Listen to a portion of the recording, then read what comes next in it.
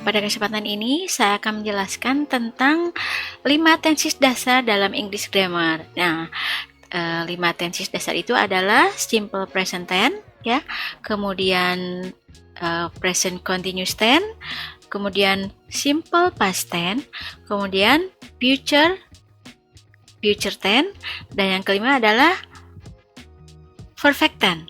Nah, tenses itu ada 16. Tapi yang sering kita gunakan dalam keseharian antara 9 sampai 10 saja, ya.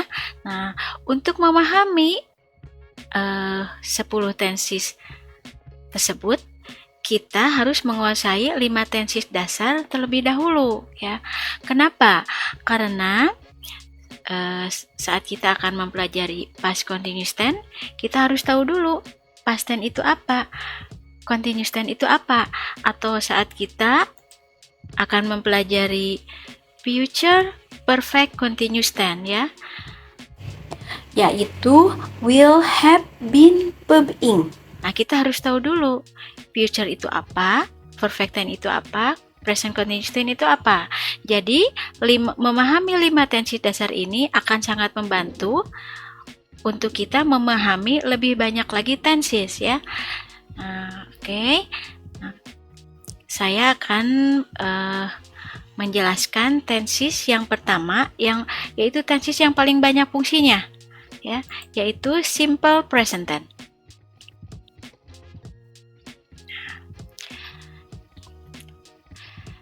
Untuk kita atau saat kita akan menyatakan fakta saat ini, rutinitas, kebiasaan atau habitual, dan kebenaran umum atau general truth, kita harus menggunakan simple present tense, ya. Fakta saat itu apa? Yaitu namanya fakta sekarang, ya. Maksudnya teh hari ini, bukan masa depan, bukan yang udah lewat. Seperti contohnya pada pemberitaan di televisi berbahasa Inggris, ya, yang mengungkapkan apa yang terjadi di dunia hari ini, bukan lampau atau yang akan datang. Jadi fakta saat ini atau fakta terkini, ya.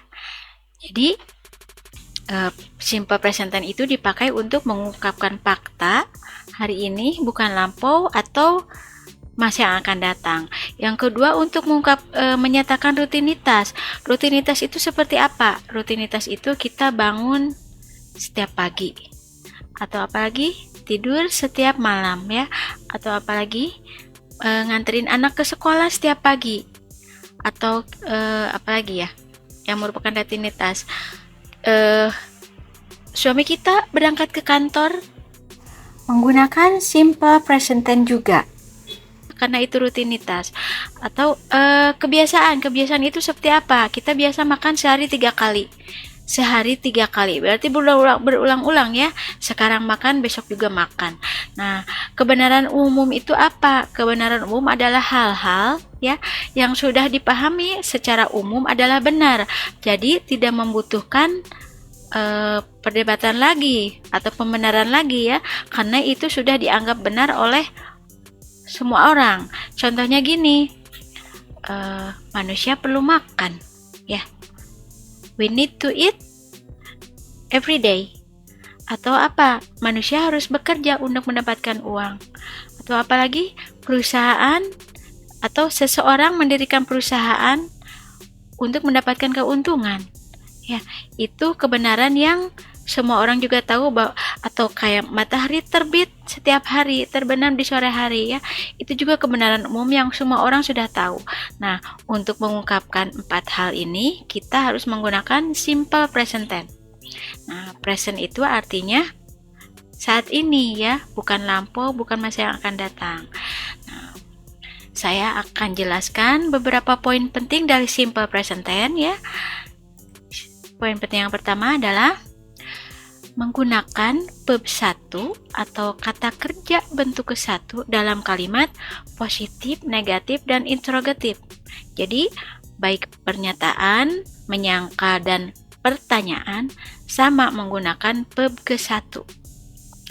Kenapa saya jelaskan bahwa present tense itu menggunakan verb 1 dalam positif, negatif, dan interrogatif. Karena ada tenses yang positifnya menggunakan verb kedua, negatif dan interrogatifnya menggunakan verb ke-1, yaitu dalam past tense. Jadi, teman-teman ingat kalau positif, negatif, interrogatif dalam present tense itu menggunakan verb ke-1. Poin penting kedua, apabila subjeknya she, he, dan it, ya, maka kata kerjanya atau verbnya ditambahkan s atau es. Tapi kalau subjeknya saya, kamu, kami, dan mereka, yaitu are, you, we, they, kata kerjanya asli aja, murni aja, nggak usah ditambahin s atau es. Ya. Nah, misalkan teman-teman termasuk she itu siapa aja sih? He itu siapa aja sih? Ya. Si itu dia perempuan satu orang, kayak Sinta satu orang, termasuk kata gantinya adalah si, ya. Atau Bisma termasuknya ke he, atau my father satu orang termasuknya ke he, atau apalagi my teacher, teachernya satu tanpa s, ya, teachers, teacher satu orang si, ya. Atau rumah satu termasuknya ke it, atau anjing satu seekor termasuknya ke it kata gantinya. Jadi kalau misalkan subjeknya satu orang atau benda cuma satu, maka kata kerjanya ditambahin s atau es. Tapi kalau saya, kamu, kami, dan mereka, ya, meskipun I itu tunggal tapi tanpa es kata kerjanya. Oke? Nah, ini ada penjelasan tentang cara penambahan s atau es.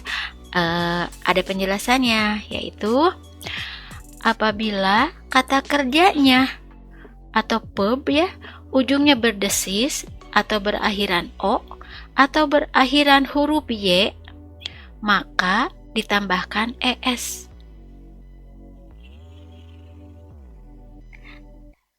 Nah, contohnya gimana? Kayak gimana misalkan contohnya, Mrs. Gitu ya.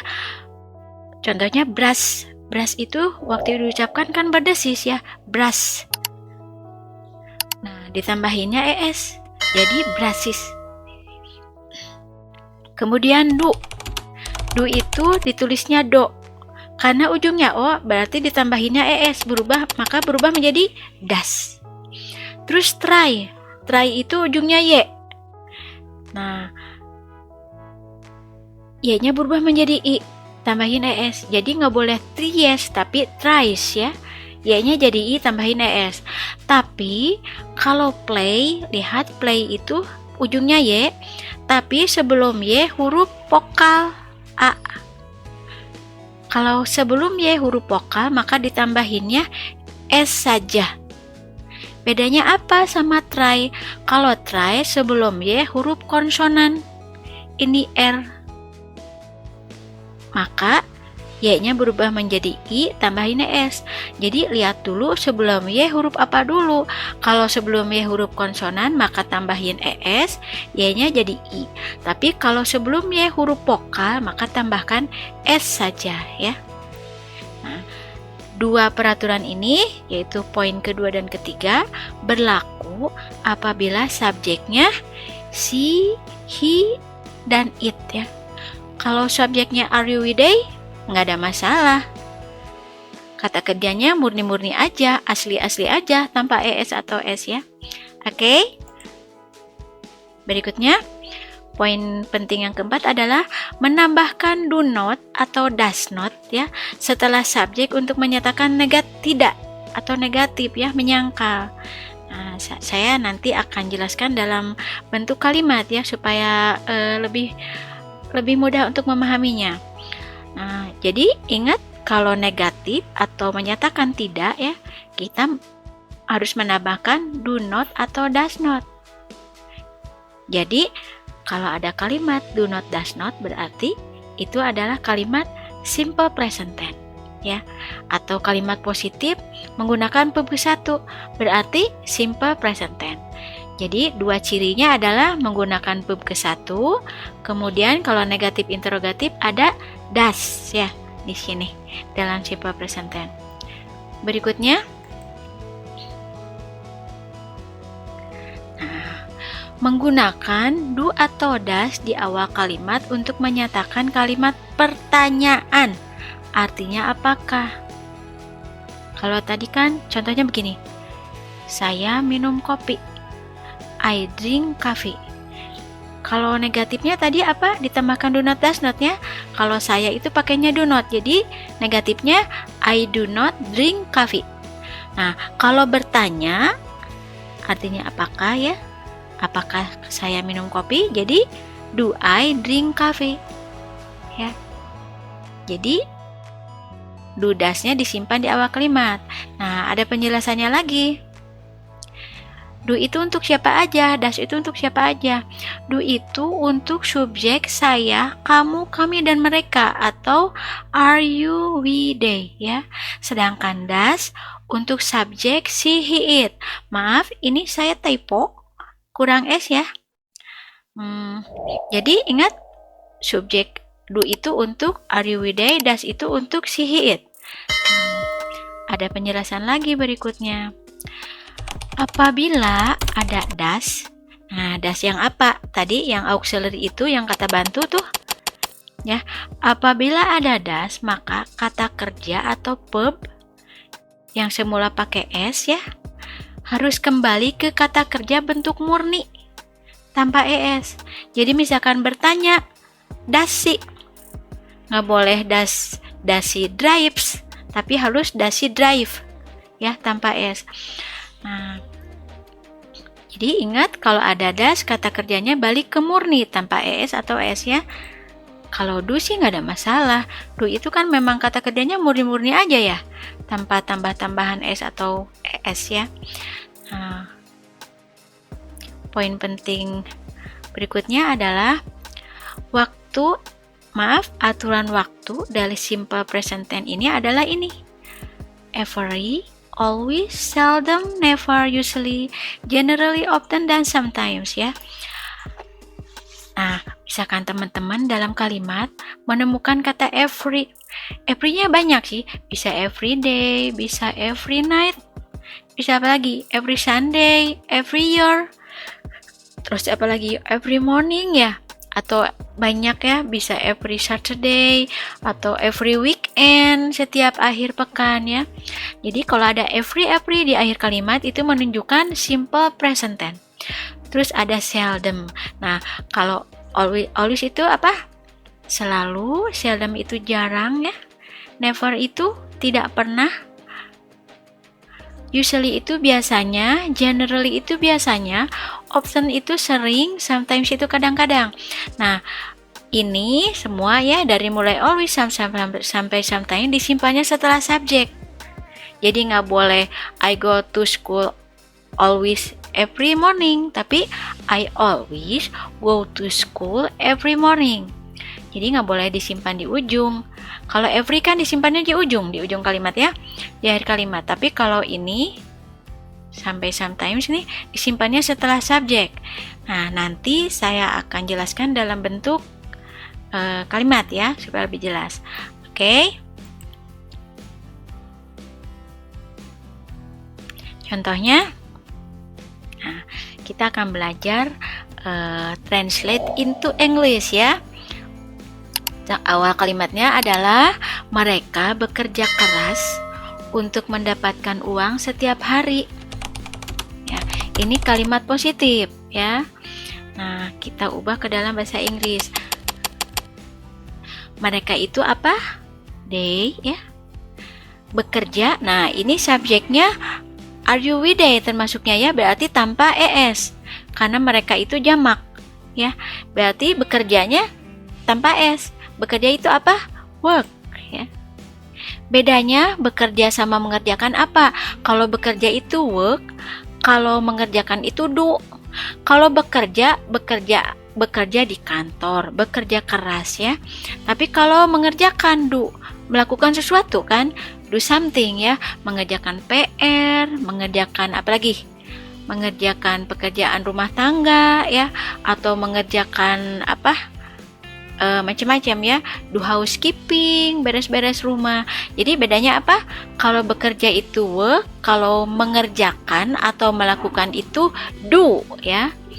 ditulisnya do. Bedanya itu antara do dan work. Nah, keras itu apa? Hard. Kenapa? Nah, di sini kan keras adalah adverb ya. Kenapa keras pakai hard bukan hardly?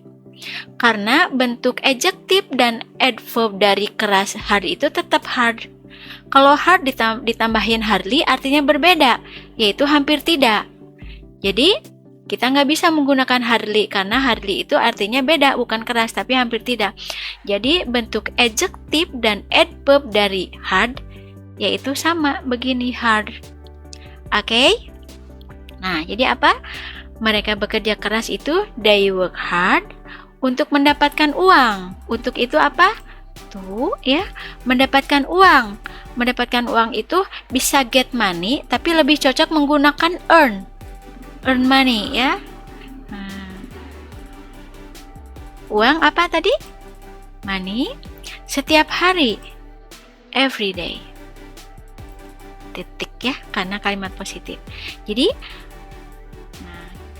mereka bekerja keras untuk mendapatkan uang setiap hari. In English adalah they work hard to earn money every day. Sekarang kita akan mengubah menjadi bentuk negatif atau menyangkal ya. Tadi ingat kalau they itu menggunakan do not ya. Kalau she he it menggunakan does not. Nah, jadi langsung aja. Konstruksinya kan kalimat negatifnya itu diawali dengan subjek dulu ya, biasa. They, nah terus auxiliary. Jadi setelah subjek harus auxiliary dulu, yaitu do not ya, artinya tidak. Kesininya nggak ada perubahan karena subjeknya do, they ya. Jadi kesininya nggak ada perubahan kata kerjanya atau apa ya. Jadi langsung aja, they do not bekerja keras, work hard untuk mendapatkan uang setiap hari, to earn money every day. Titik ya. Jadi they do not, mereka tidak bekerja keras untuk mendapatkan uang setiap hari. In English adalah they do not work hard to earn money every day. Titik ya, karena ini bukan kalimat pertanyaan. Nah, kemudian kita akan mengubah menjadi kalimat pertanyaan ya. Tadi ingat apa? Kalau untuk menanyakan apakah ya, do not, does not-nya do does-nya aja ditaruh di depan, tapi tanpa not. Karena ini kalimat pertanyaan biasa, bukan negative question ya. Jadi apa? Do ya. They itu kan auxiliary-nya do. Jadi konstruksinya adalah auxiliary kemudian subjek kemudian kata kerja. Jadi do, they, not-nya hilang langsung ke kata kerja setelah subjek. Jadi do they work hard to earn money every day. Nah, artinya apakah mereka ya bekerja keras untuk mendapatkan uang setiap hari? Do they work hard to earn money every day? Gimana? Semoga mudah dipahami ya. Nah, contoh yang kedua, semoga lebih memperjelas ya. Kalimat awalnya adalah penjual pakaian biasanya ya. Nah, ini ada biasanya. Biasanya itu apa? Generally atau usually ya. Berarti ini kalimat dalam konteks present tense ya. Berulang-ulang biasanya ya. Nah, kita kalimat positif dulu. Penjual pakaian itu apa? Clothes seller. Lihat, penjual pakaiannya satu orang. Kalau banyak pakai para ya, para penjual pakaian berarti jamak. Nah, kalau ini penjual pakaiannya satu orang berarti dia adalah she atau he ya. Nah, langsung aja. Penjual pakaian itu apa? Clothes seller. Biasanya generally ya, memberikan itu give ya. Nah, lihat penjual pakaiannya satu orang, he atau she di sini ya. Berarti kata kerjanya tadi apa? harus ditambahin s atau es. Nah, give itu kan tidak berdesis, tidak o, tidak y juga ya, give biasa ya. Berarti ditambahinnya s saja, yaitu gives. Jadi teman-teman kalau misalkan mau menggunakan membuat kalimat tense present tense, lihat dulu subjeknya tunggal apa jamak. Kecuali I ya, kalau I itu meskipun I itu satu orang, kata kerjanya tanpa S atau ES ya. Nah, jadi subjeknya satu orang nih, berarti give-nya dikasih S kata kerjanya. Ya. Terus apa lagi? Gives discount. Discount ya kepada tuh pembelinya. Pembelinya itu his buyer atau her buyer. Misalkan penjualnya laki-laki, berarti his buyer. Nah, di itu at ya, di akhir tahun, at the end of the year. Titik. Jadi, penjual pakaian biasanya memberikan diskon kepada pembelinya di akhir tahun. In English adalah clothes seller generally gives discount to his buyer at the end of the year. Oke? Nah, kita akan mengubah ke dalam bentuk negatif. Tadi polanya gimana? Subjek ditambahkan auxiliary. Nah, kesananya nggak ada perubahan ya, kecuali kata kerjanya. Nah, negatif. Nah, subjeknya tetap ya, karena ini bukan kalimat pertanyaan. Jadi, clothes seller. Nah, kalau ada generally ya, keterangan seperti ini, usually disimpannya do not, does not dulu, baru generally. Jadi nggak boleh clothes seller generally does not, tapi auxiliary baru generally. Nah, clothes seller itu satu orang, termasuknya he ya di sini. Ya, makanya kepemilikannya his. Jadi, kalau clothes seller he berarti pakai apa? Do not atau does not? Does not ya. Berarti clothes seller does not, baru generally, keterangan waktunya jangan ketinggalan ya. Jadi clothes seller does not generally. Nah, karena ada does, maka gives-nya berubah menjadi give lagi tanpa s karena ada does. Jadi generally give, kesininya nggak ada perubahan teman-teman, karena yang berubah cuma ditambahkan does not untuk menyatakan tidak dan kata kerjanya ya. Jadi give discount to his buyer at the end of the year. Ya. Titik. Oke. Artinya apa? Para penjual pakaian tidak biasanya memberikan diskon kepada pembelinya di akhir tahun. Nah, sekarang kita akan mengubah menjadi kalimat interrogatif atau pertanyaan. Nah, tadi kan kalau subjeknya si he it, kalau bertanya atau apakah ya menggunakan does ya. Jadi untuk bertanya does-nya aja disimpan di depan, tapi tanpa not ya, karena not itu untuk menyatakan tidak. Nah, polanya adalah setelah auxiliary subject baru kata kerja. Jadi does clothes seller. Nah, karena di sebelum kata kerja ada keterangan ini generally dulu ya, baru kata kerja. Nah, kata kerjanya harus asli tanpa s karena ada does. Jadi does clothes seller generally give discount to his buyer at the end of the year? Tanda tanya ya, karena pertanyaan. Jadi gimana? Apakah penjual pakaian biasanya memberikan diskon kepada pembelinya di akhir tahun? In English adalah does clothes seller generally give discount to his buyer at the end of the year? Gimana teman-teman? Semoga mudah dipahami ya apa yang sudah saya jelaskan. Nah, kalau misalkan ada yang perlu ditanyakan atau ada saran, silahkan teman-teman cantumkan di kolom komentar ya. Mudah-mudahan konten video ini memberikan manfaat ya kepada teman-teman yang menyimak dari awal sampai akhir. Oke? Jangan lupa like, share, dan subscribe-nya, dan nyalakan tombol lonceng kamu supaya kita bisa berjumpa lagi di video berikutnya. Thanks for watching. Assalamualaikum warahmatullahi wabarakatuh.